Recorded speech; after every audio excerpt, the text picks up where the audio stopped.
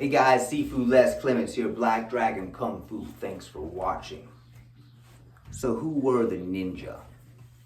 This is the question. A lot of movies show the ninja here, ninja there.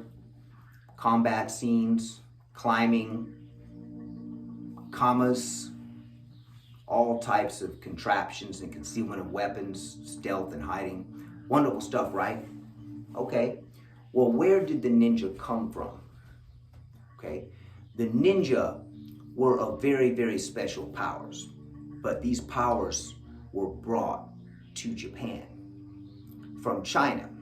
So the equivalent of the Japanese ninja, which was much older, which was the Moshu Nanrin, which gave rise to the ninja. Now, where am I getting this from? Several sources. If you read, what's the name? Ha Lung. In fact, I've got his book right here, one of them. I keep all of his books. Something like this, okay?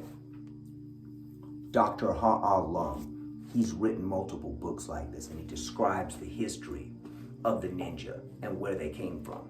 And he clearly describes the Chinese ninja before, and it's very, very interesting. So,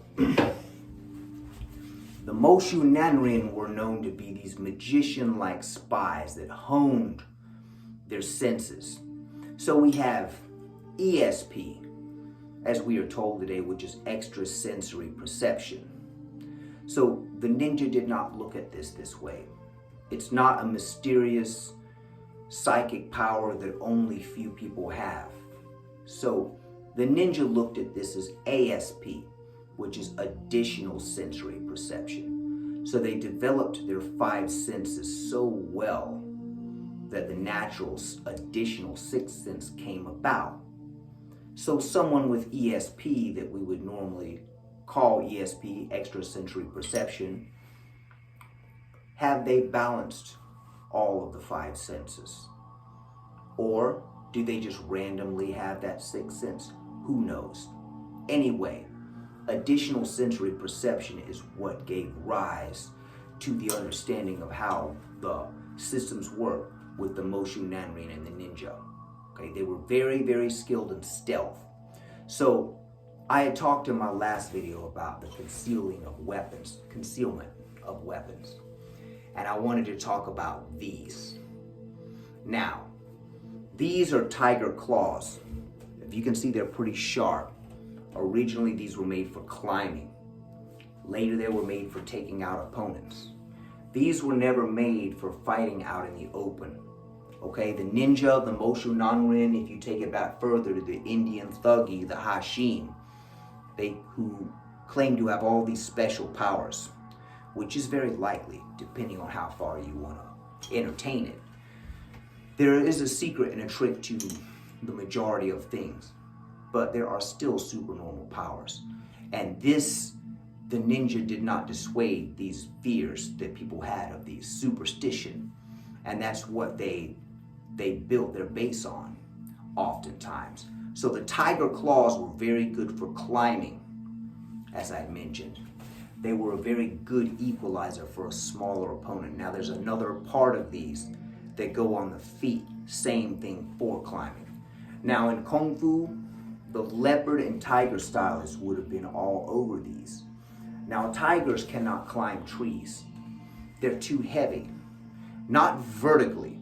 And if they do, they have all kinds of problems. They cannot really get down. You watch on National Geographic, and tigers a lot of times go straight up a tree and they fall, and breaking their back. Whereas a leopard can scale right up a tree just like a squirrel, because it's a different type of cat. However, the tiger claws can apply to either one of them. And the ferocity for fighting, this is the power of the tiger. Okay? Slashing, heavy claws, strength, power, dominance, an overwhelming cat. Leopard, not so much domineering, not so much overpowering. The leopard is sleek, agile, has to depend on his cunning and his agility to survive against the tiger. Yet, the claws are equally lethal. Now, the leopard can use the edge of this to hit, doing all kinds of damage, right? In addition to ripping and turning that claw. With the claw, you can grip. So you imagine in medieval Japan, the ninja would have been practicing gripping these gis because the guards in the house and palace guards often wore gis. So these were made to attack gis. Well, one of the purposes. If you grab a gi with this on, just like the judge's pins in my last video I've described, imagine that. If you grab a gi like that, grab those lapels, go for the neck, not gonna be much fun for your opponent. So, fighting has evolved over many, many years. Lots of techniques are lost. Lots of new techniques are born. So, you would have probably found this weapon in Malaysia as well. Definitely India, as I mentioned before. Who knows where else?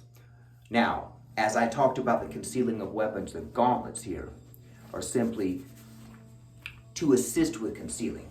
So, in the dark or in the daytime, it's hard to see this if it's turned this way. You see this iron brace. Now at night, you wouldn't see this. Or, for the video, I just did this demoed it properly. In actuality, this would cover this up like that. So you really wouldn't see this, right? If they held it just right, it would just see a strap there, okay? So, if you found this video helpful on the tiger claws and a brief history of the origin of the ninja, click the like button. Even better, subscribe. We appreciate you on Patreon. Seafood Les Clements out.